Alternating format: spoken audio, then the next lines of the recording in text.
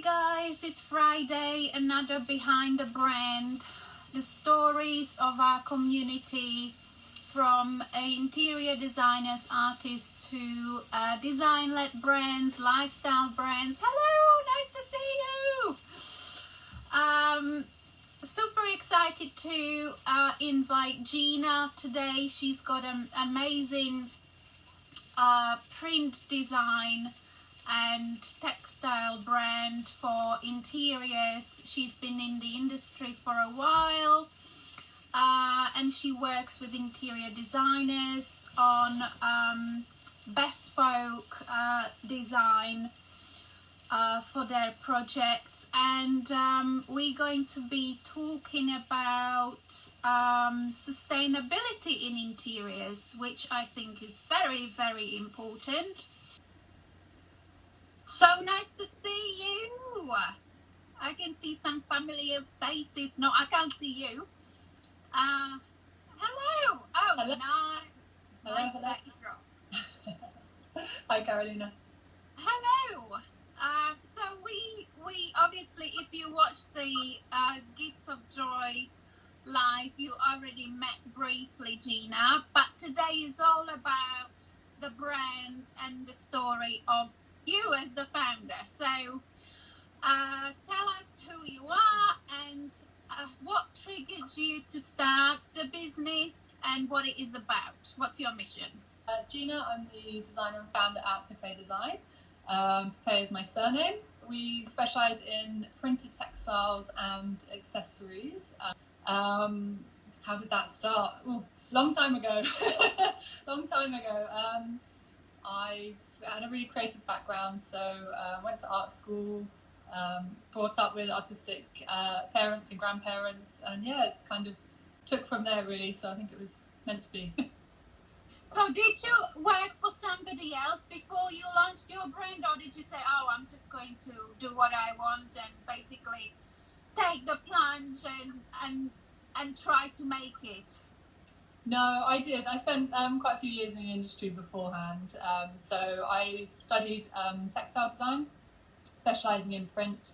And after that, I got a work placement with Liberty of London. And then from that 2 months turned into 5 months, which turned into 5 years. So I spent a long time there learning all about how to work with beautiful patterns and artistic applications of how you take a pattern and put it into an embellishment or a knit or a weave, or whatever you could do with a pattern, we did it. And then from there I went on to work for a clothing brand as well, so really kind of combining all of the artistic creative side with the print and the pattern, and then the production side as well, so marrying all that together. I got a little bit further away than I wanted in my last company with colour and print. I decided I should come back and really get on with the print and pattern, which is where my heart was. So do you remember actually your first product or the first print you launched, and you thought, what was the feeling like? How did you actually go about it, and what did you expect from launching on your own? So when I left and started my own business, I did it because I realised I could do the same thing with the same contacts and the same manufacturers that I was working with in previous companies, which I thought only these huge companies can do this. How can one person, very small independent, use these companies and really work in that way? So that was a really big thing, and I started out and I was like, right, what am I going to do? I've been working on scarves and homeware and things, and there was a hanky competition at the Printworks Trust, a screen printing organisation in Brixton many years ago, and so I entered that and did my first round of digital printing for myself rather than for the companies I've been working with. I went, I can actually do this for myself and produce something really nice. So yeah, the hanky was the start of it, and from there it kind of developed into different products and a whole range, which then led to the business. So did you use the initial print on the hanky to expand the range, or did you test the market and then you thought, I can use some of this element and then create something completely new and launch it on these products? That was kind of a one-off, and that was really just the kind of initial way of how I started designing and actually creating the patterns sort of spark. That gave me a real sense of, what am I looking at and how do I then create something from that? How do I scale it up and how do I make something that can be of, high quality, that can be made in the UK, and how do I sell it? So it's kind of looking at that as a whole of what do you do with the print.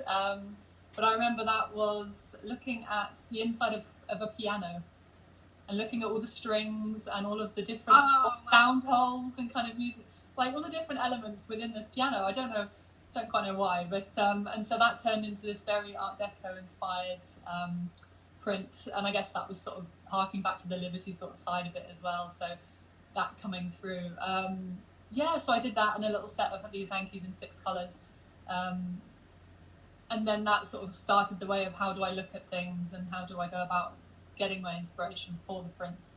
So these bespoke projects, or when the clients when clients approach you, do they come to you because of that thread that they can see the potential in terms of, if we maybe have you or have Gina design this kind of pattern, we can easily include it into our existing range, or is it a completely new thing for them? So I think the bespoke element is something that really helps. So one of the last projects I did was for a university, just in the last year. I've just completed it, and they came because they saw my product and they knew, I think they just Googled me actually. I did sort of say, well, where did you find me? She said, oh, we found you, Googled, but I think someone in their business must have had one of my products because they wanted the box and the ribbon and the insert card and all of that. So they liked the product that I offer and they liked the way I do it and obviously where it's made. But for them, this one was using a very particular inspiration. So the university, their colour is purple and they're a science-based university. So they said, well, these are what we like with what you do, and sort of gave me a little mood board of my work. And then they said, maybe we could do something with the colour purple and this motif, which was a molecular structure for the colour purple. Go play. So we went with that, and that's really, they knew that I could deliver a really high quality product, but also that I could work and create something really fun that was really unique to them. So that was the point of that, and we worked through loads of ideas of what you could do, and it was basically a hexagon, which is, part of this structure. Yeah. So it was kind of, oh gosh, how do you work with one shape? But that was what I'd done in my previous project. I kind of taken one element, which might have been the arc or a circle, and developed this whole range from it. So you can really go to town on it, which is something very simple. So I think that was part of what was the appeal to them as well, that I could create this very unique pattern. What fabric would you like it on? What size would you like it? And there was that real element of sort of really bespoke customization. So I think that it all combines of everything I can do helped with those projects. So, That's great. That's so. And now, while we transition into more interiors, we had a brief discussion the other day about sustainability in the industry. So, what does your brand do in terms of minimizing the impact and really championing the sustainable design? So we've been working small scale since the start. As I said, I produce everything locally. I work with local manufacturers where I can. So that's already something. I think going into or coming out of the studio in March and working from home, had to have a big rethink of everything and how does one work, as everybody now working from small offices or home offices or whatever. How do you do this, and how do you limit the amount of things you create and produce? And as a creative business, that's very hard. And I know people that source fabrics and other things, they would have swatches and leaflets and brochures, and they go to a design fair and you pick up a bag of things, and then where do you put all of that? So it kind of spurred on the thing of how do you make a business where it's very streamlined, sustainable, financially as a small business, but also ecologically. And part of that, we're trying to rethink our processes. So cutting down the amount we sample. So the point of digital is you can do a lot of different fabric bases, and you can't sample everything. So we've chosen to sample just a couple of core bases and then offer the designs across a variety. So it's really customer focusing of what do you need that we can help you with. Obviously we sample on, as I say, some of the cores, and then we have swatches of others. And really the main way is kind of offering the swatches in a digital format. So online is really to reduce the landfill through digital resources. So we have digital catalogues, digital spec sheets for all of the prints. They're all downloadable, so you can really get everything you need for the initial sourcing. And then once you've kind of got that, you know what you want, because the print is the driver really. And then the company would know, okay, I know I want a cotton for this or a linen for that, you know. And so it's really, this is the print, this is what we've got. How can we work with you to develop your product in a really bespoke way without creating swatches in every way, in every, you know, just too much that at the end of the season is going to go. So really trying to streamline that way, and hopefully that changes the way people source and collect fabrics and things. You know, in my old studio we used to have a big clear out of the cupboard at the end of the season, and it would all just go in the bin. I can't do that as a business. That's not responsible for me, you know, to do that and provide all of these things. And so it's finding that balance, like we were saying, about people do still need swatches, they do need still sourcing materials, but it's just trying to give opportunities of change and how people can think about sourcing in a different way, being a bit more responsible with, rather than I'm quick, give me all of these things. It's like, no, actually, what do we want it for? What's the end use? Who's our client, and how can we sort of work together that way? So that's kind of where we're going with the digital side. So that's all online as well. So I've kind of been setting that up this summer. So it's looking good. That's I think what you just described is like almost like dare I say pioneering kind of idea in the industry, because I think the whole industry is quite traditional and stuck in their ways in terms of how do we source, how do we create concepts, in terms of even the mood boards, right? Like still very physical, very you know, of course the client has to touch and see the samples, but all the work before that stage, I think there is a great opportunity for minimizing these samples and the wastage you get from that. And so I haven't actually come across many print and textile brands who do that yet. I know in lighting, they now doing digital, not samples, but you can, for example, see the lampshade in different patterns and prints and textures and fabrics and whatever material that they use, but actually not on the sample side, like on the print, where the mindset is I need to get as many samples as possible so I can narrow it down before I do the presentation.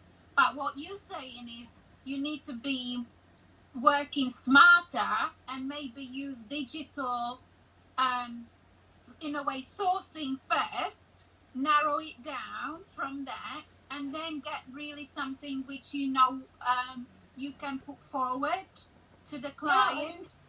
I think we're also used to digital these days, right? As I said, we all moved out of the office and we're all working remotely. We're all doing Zoom calls. We're all presenting our work over Zoom calls now. We're always looking at clipping images on Instagram, or, you know, clippings or House, or all these different websites where you can source digitally now. You know, you buy your product digitally, you spec it for your client digitally. Why not do that with fabrics? You know, it's kind of, if you know the brand, and I say obviously you need, you know, swatches, and we do, you know, I appreciate that you need to feel the quality and see the print and everything. That's really what I do. And so there are high res images online, and you can get that. And I think once you know the brand, you know the product, you see the images, you see the styling. You know, we do so much as brands to create this whole world, to make it really clear of what it is we're doing and how the product will look. And I think if you're in the industry, as I say, you know what fabrics you work with generally, unless it's something really different or a new base, you kind of know the quality. And so it's just more about having that conversation. I think it's just something I had to think of, what is it that I can do that would make some difference? How do you do that? What are the things that I do in my business that I could make changes at to make it a more sustainable venture? You know, so that's kind of where I'm at. So we shall see how that goes. I think if there is more businesses like you, as you're saying with the samples, if there's a shift more to the digital sampling and then more specific, I see you, and you mentioned somebody else doing that. So that's why I said you are at the forefront of it, of this sort of change, which we know will have to happen because there is quite a lot of wastage in the interior design industry. And you know, and it's not usually, it is actually the detail, isn't it? I think it has to start small, you know, for it to then, you know, I know a lot of things sort of filter down, but I think some things have to trickle up as well, you know. And as I say, as you can see, I've still got physical samples, and I've got a showroom where I'm sat that you can come and see them, and I have swatches, and I have beautiful fabric books where you can come and see all the designs. So I'm not getting away from letting you feel the real deal, but yeah, just a little like bit. Being more cautious, isn't it? It's like let's be smarter in the way we're using samples. Yeah, but they have a value. As part of the process, it's like how do we change some of the ways we are used to doing certain things, so it can be more sustainable and it doesn't have to harm the planet. You know, where do they go? Where does it all go? So I'm trying to think ahead and say, you know, what makes a purposeful business? And, you know, there's all the talk about global warming this year and everything else, and it's kind of, how do you do it responsibly? You know? Yeah. And if you're creating something, that's hard because you're making the thing in the first place, you know? So yeah, I'm trying to get some sort of head around it. So in terms of the projects on the interior side, working with interior designers, what kind of projects you involved in terms of providing that product to them? Was it for curtains, for cushions, or what kind of projects, how do they look like? So that mainly started working with an architect who was doing a lot of interior design, so a London architect, and she knew my prints, and she said, I'm doing this set of flats, you know, they're for rental, we need to furnish them, so can you design us some cushions for each flat? Each flat has a different colourway, you know, so she let me have free reign again on, you choose the patterns. So we want it quite simple and sort of pared down patterns. These are the colours, put it all together. So that again was coming up with the design, saying, you know, is this good? This works for you? Yep. And then putting it onto the cushions. So I had the fabric printed, and then worked with a local manufacturer just in King's Cross to make the set of cushions, and then we go and install it. And then from that, another project came where I did wallpaper. So it was, you know, you're looking at all of the furniture in the room, so I would sort of have the whole spec of what the chairs are like, what the bed's like, and you kind of design to that. So this client had a 2 meter high headboard, gold velvet headboard.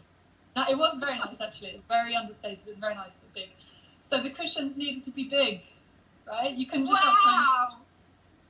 So I had to upscale everything to make it big to fit. So again, it's this customization of, you like this print? Great, let's make it so it works as a product. So I'm really connected with the end, kind of where it's going to be and looking that way. So and then for the bed, they wanted a bed throw, and again, it's kind of new product that for my brand, but that product that I've done for previous companies. So if I'm not sure of anything, I'll be like, that's out of my remit. But a lot of soft furnishings and accessories, I can say, yeah, you know, the people, the manufacturers that I work with, they can turn their hand to a lot of different things. So they might say, actually, can we have a Roman blind as well? And I say, sure, you know, let's ask them. Wow. And so you really can build quite a lot of possibilities into the projects. And as I say, it's different fabrics. So you might have a different fabric for the cushion that you would use on the blind, or the seating, or what have you. You know, you might use a nice lightweight decorative for the cushion and something much more hard wearing for the seating. So again, it's kind of what the client needs and where it goes. So I suppose it's very exciting to be working on these, because they, so in a way they fit your brand really well, on one hand, but on the other hand, it's almost like stretching your not creativity, but the potential for the print itself. Like, you know, sometimes you, of course, you have your own ideas where that can be applied. But I'm sure you come across a situation where you go, oh, you know, somebody requests something to put it on like a Roman blind in a completely different material. Go, oh, I didn't even think that print could go there. You know, it's like, yeah, and it's just, you know, it's great. Yeah, it's really inspiring. And as I say, the people you talk to as well, it's you know, the curtain specialist said, well, you need to think about what the radiator they've got, because it's going to go with the curtain pole, and so maybe that changes, you know, and what's the style of the house, and is it a heavy fabric that they want, is it cut, you know, so there's all these practical things you think about as well that creates the room as a whole when you go in. So that side of it is quite interesting for me. I kind of quite like the challenge. So it's kind of not just here's a cushion and put it in your room, it's what's it going to go with, and what's the whole look of it, you know. So, and how do you find it in terms of, for example, pricing? Because obviously everything is made locally, is British made, designed, British made, delivered, the whole lot. How do you compete in terms of the other players in the market? It's tricky. It's something you have to really think about. But again, it's educating and sort of teaching them, showing them what they're getting and why it's different, and why it's, you know, you're going to get a quality product that's going to last, rather than something that's going to not quite, you know, after you've sat on it for a few times, it's not going to be very good, or the print quality is not going to be great. So, you know, I really have to kind of show that, yeah, the quality. I work with really good printers. I've got quite, you know, about 10 years plus experience in digital print. So I work with a lot of different, several manufacturers in England, and they each have their specialists for different fabric bases that they can print, and it's learning which ones to use and how to use them, and, you know, what colours are going to work on which fabrics, because there's always change in things. And so all of that goes into the product, and paying someone a fair wage to make a product. You know, you sort of think, well, actually, it is hard, and that's one of the reasons I kind of don't do wholesale anymore, because that was just, you know, too much for me. I couldn't kind of meet those prices. But yeah, you look at the average retail price that's going on, and how much they're selling for in this shop or that shop, or what the other brand is selling, and you sort of try and benchmark your prices around that. Obviously, the interior designers, they will have a price per square meter or square foot or whatever of, you know, that they need to meet. And so if they like your product, they will spec it in. So yeah, it's kind of knowing your industry and showing what you're worth as a brand and as a product, and sort of taking it at that angle and sort of saying, well, first off, what is your budget and what can we do? What is it you need? And then trying to say, well, okay, if you want one, that's going to be really hard. If you start getting multiples, then then the price starts to change as well. So it is all hard, but it's all priced individual products. So yeah, you can offer alternatives. You can say, well, in silk it will be this much, but you can have it in a cotton, which will be a bit less, and kind of looking at it that way. If it comes down to price as the kind of crunch point. So. And making these sort of compromises so you can fit within that budget in a way.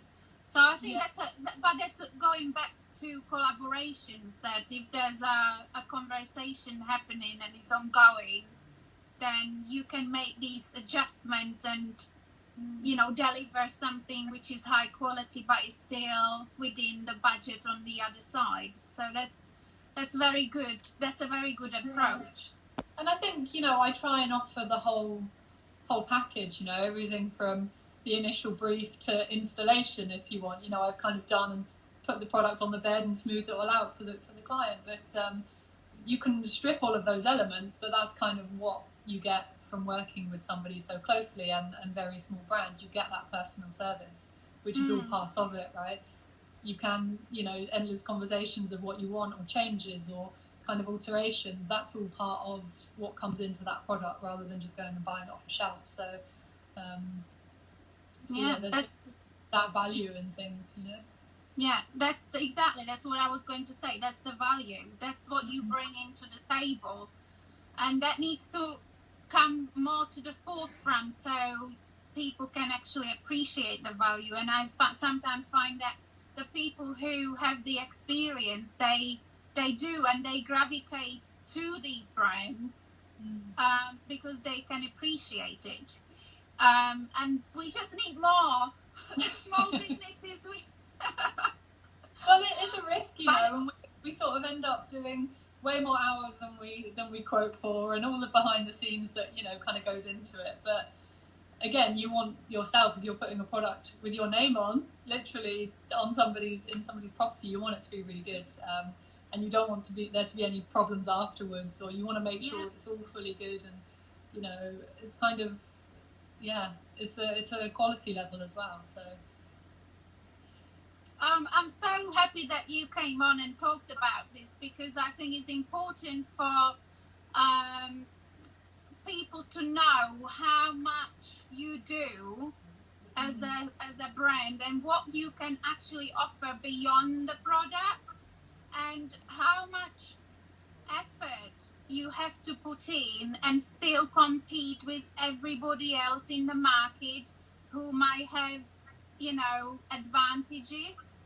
But what you as a small business have is the adaptability and the ability to really customize and collaborate on each project, which I think is very attractive proposition to all these designers and clients who seeking that kind of product and collaboration and having that kind of very bespoke result and outcome. Well, where can people find you in terms of your website and your handles? So pipétdesign.com is the website, and Pipé Design is is all the handles for Instagram or Twitter, a little bit now on Twitter, but so that's Pipet. Pipé Design. Yeah, so I do have, I'm in my showroom at the Forge, which is Craft Central's creative studios. So if you want one-to-one appointments, you can also come and see me here. I know it's a bit hard during lockdown at the moment, but you can also have a look at my digital media online, so you don't have to worry about coming out of lockdown.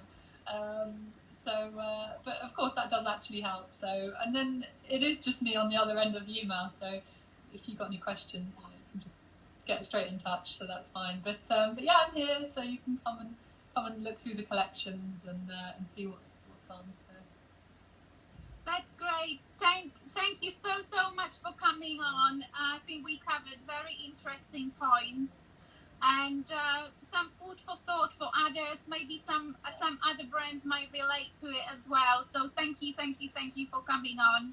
Oh, thank you. I'll speak to you soon. Yeah, thank you very much, Karolina. Bye, everyone. Thank you. Bye. Bye. Thank you very much for watching, everybody.